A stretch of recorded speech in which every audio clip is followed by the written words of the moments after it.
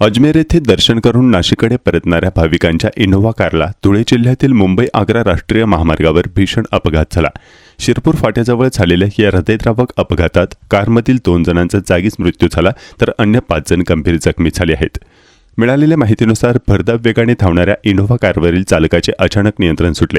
त्यामुळे कारने महामार्गावरील दुभाजक तोडत विरुद्ध दिशेच्या मार्गावर प्रवेश केला आणि समोरून येणाऱ्या मालवाहू ट्रकला जोराची धडक दिली।